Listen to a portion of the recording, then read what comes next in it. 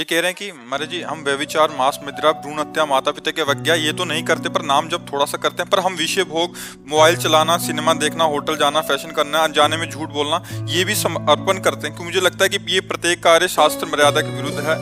ऐसे में हम झूठ क्यों बोले?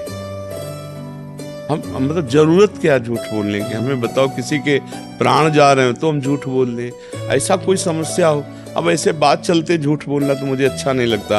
अच्छा, संसार में हो तो माना कि तुम्हें सिनेमा, नाटक ये सब देख रहे हो, तो उस समय बैठ करके हाथ में माला ले लो, वो नहीं छूट रहा तो ये काहे को छूट रहे? तो राधा राधा राधा, तो सत्य है ये, असत है वो। अब हम समर्पित कर सकते हैं, क्योंकि 3 घंटे नाम भी जब तो किया है ना, तो श्री जी आपको समर्पित है। ये जो फिल्म देखा है, ये हमको ज्ञान दीजिए अंदर से वास्तविक, इसमें कोई बिल्कुल अच्छा नहीं लगेगा। मतलब झूठे में झूठा यार कैसे देख लेते हो? झूठे में झूठा कैसे? यही तो बुद्धि खराब है।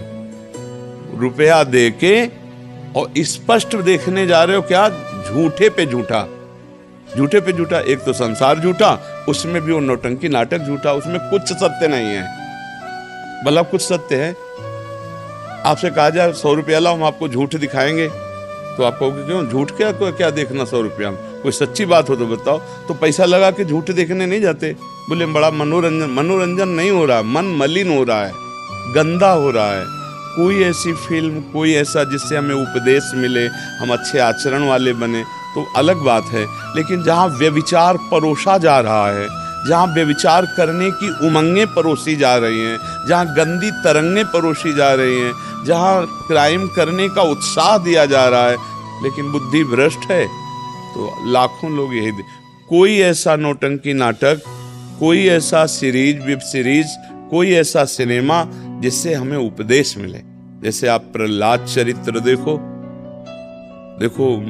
रामचरित का जब ये सीरियल आया था तो ठप हो जाता था उतने समय। सब गाड़ियां चलना, सब कार्यक्रम ठप, जिधर देखो सब शांति में। क्यों? सब टीवी पे बैठे। हमें लगता है ऐसा देखना तो अच्छा है। मतलब किसी बहाने हम जब रामचरित्र देख रहे हैं तो राम जी हमारे दिमाग में है, कृष्ण चरित्र देख रहे हैं तो कृष्ण जी हमारे दिमाग में है, और गंदे बातें देख रहे हैं तो गंदा संसारिकता हमारे दिमाग में। तो और सही, लेकिन जो सत्संगी जन है उनको तो बचना चाहिए। मुझे लगता है अगर आपको देखना ही है तो जो पवित्र चरित्र बनाए गए, जहां तक उन्होंने कोशिश की, जैसे पूरा रामचरित्र कोई उतार दे ऐसा सृष्टि में कोई पैदा नहीं हुआ, क्योंकि राम तो अद्वितीय हैं, तो उनका चरित्र भी अद्वितीय, पर बहुत संभाल के बढ़िया अनुकरण किया, लीला अनुकरण बहुत संभाल के किया कि अपने लोगों के भाव में कोई ठेस नहीं पहुंची, बढ़िया भाव बन गए। ऐसे ही महाभारत का बहुत बढ़िया, जब राम रूप को देखो तो मर्यादा पुरुषोत्तम, 16 वर्ष की अवस्था, कमल नयन, 45-50 वर्ष की अवस्था या 30-35 वर्ष की अवस्था, और वहाँ 9 किशोर अवस्था है, 12 महीने हर समय पूरे जीवन भर। 9 किशोर अवस्था से आगे नहीं जाते ठाकुर जी, चाहे 1000 वर्ष भूमंडल पर रहेंगे वही 14, 15, 16 की अवस्था, यही 9 किशोर। जब हम वो देख रहे हैं उनकी महिमा, उनका रूप, उनका, तो वो मिलते नहीं है, वो जगत में कहाँ मिलने वाला है। तो फिर लगता है अंतर्मुख हो, रामायण पढ़ो, उससे जो भाव बनेंगे वो दिव्य भाव आ जाएंगे। पर हम कह रहे देखना ये तो ये देखो, भागवती देखो, पर ये नहीं वो मारपीट, लड़ाई झगड़ा, गंदी बात। अब बाई चांस गलती हो गई, अगर अब छोड़ो, फिर क्या करें? फिर उस घंटे का अर्पण करें या नहीं? नहीं, अब छोड़ो, आज से छोड़ो, अभी से सुधार करो। अब मत देखना फिल्म। अगर फिल्में देखने के बहुत शौक हो, नहीं छोड़ पा रहे हो, राधा राधा राधा राधा राधा राधा राधा राधा, फिर सब डिलीट होता जाएगा, फिर वो आपका संस्कार नहीं बिगड़ा। हम तो कहते हैं अगर बुरा ना छोड़ सको तो भला क्यों छोड़ो, पकड़ो इसे भला को, राधा राधा राधा सब छोड़ा देगा, कुछ अच्छा नहीं लगेगा। जब तक मन मलिन है तब तक ये प्रपंच अच्छा लगता है। जब मन बेकार का पैसा खर्चा करके 3 घंटे बर्बाद कर रहे हो और जानते हो झूठा है, मतलब बड़ा आश्चर्य, कोई झूठी बात कैसे देख सकता है? पर यही है माया का खेल कि झूठी बात देखने वाले लाखों मिलेंगे, सच्ची बात देखने के लिए कोई तैयार नहीं होता है। और एक बात और बता दें कि अगर आप भगवान से जुड़ी रहे, ऐसे ही समर्पित करते रहे, तो चाहे चंदन डालो आग में, चाहे लोहा डालो आग में, और चाहे विष्ठा डालो आग में, तीनों को आग अपना रूप प्रदान करती है। हम भगवान के बच्चे हैं, वो ये देख के कि ये खेल कूद जो भी करता है सब मेरे को समर्पित करता है, तो वो रीझ जाएंगे। समर्पण का मतलब होता है भगवान ये देखना कि जैसे सुबह से शाम तक आपने जो किया, अपने पिता के आगे आके हाजिरी लगा दी, 50 रुपए की आइसक्रीम खाई, इतने की ये की, 50 रुपए की आइसक्रीम, और गर्मी का समय चल रहा है, इसके बाद ये शरबत पियाई, वो इस बात से खुशी रहेगा। खर्चा करता है, थोड़ी उद्दंडता भी करता है, थोड़ा अच्छे काम किए हैं, थोड़ी उद्दंडता भी की, पर वो हमारे सामने पूरी पेशगी रखता है। ऐसे ही हम बुरे भले जो भी जैसे हैं पूरा बेपर्द ठाकुर जी के सामने हैं, कृष्णार्पणम मस्तु, तो वो हम पर कृपा ही करेंगे। वो हमको डांटेंगे तो भी हम पर कृपा है, ऐसा गंदा काम करना चाहिए, तो ये तब वो कहेंगे जब समर्पित करोगे। क्या कूड़ा करकट, महाराज हमारी बुद्धि ठीक कर दो, तो अच्छे काम करो जो आपको पसंद हो। इसलिए हम कोई मनमानी नहीं करें। यत करोश भगवान ने कहा, यत करोश शब्द में ये नहीं लिखा कि ये करो, उन यत करोश माने जो भी कर रहे हो वो मेरे को समर्पित कर दो। मतलब अपने पिता के सामने हाजिरी लगानी और पूरी लगानी।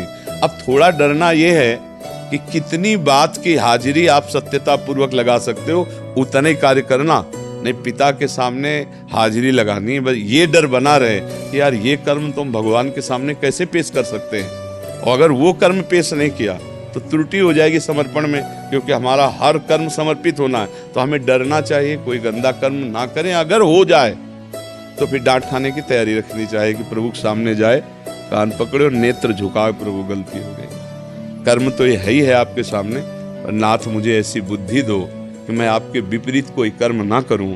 हे प्रभु मुझे बल दो कि मैं आपके विपरीत कोई अनुष्ठान, कोई कर्म करके आपको समर्पित ना करूं। पर नाथ मैंने नियम ले रखा है कि बुरा या भला जो कुछ अब आपसे ही है। पार हो जाओगे, पक्की बात मान लो, ये भी बात समझ लो, वो सुधार कर दे। बहुत बड़े माता पिता हैं वो, बहुत करुणा सिंधु हैं, पर थोड़ा तो हम ध्यान रखें कि हमारे द्वारा ऐसी कोई गलती न हो जिससे हम अपने स्वामी के सामने, अपने प्रभु के सामने जाकर नेत्र न मिला सकें, है नहीं।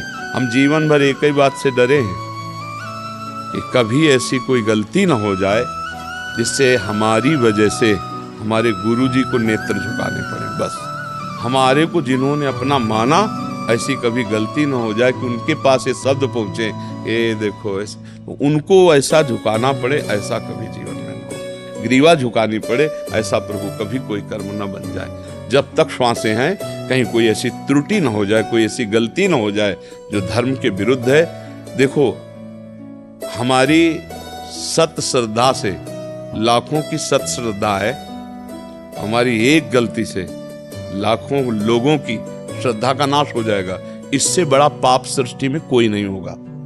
मतलब हमने पाप किया, हम भोगा, लेकिन हमारी पाप की वजह से करोड़ों लोगों का मन भगवान से हट जाए, श्रद्धा से हट जाए, इतना बड़ा पाप हो जाएगा। इसीलिए एक बात से डरते कि ऐसा कोई कर्म ना हो जाए जो भगवत विरुद्ध हो, जो शास्त्र विरुद्ध हो। वही जब आप धारण करोगे, यही बात, डरते रहोगे तो पाप नहीं बनेगा।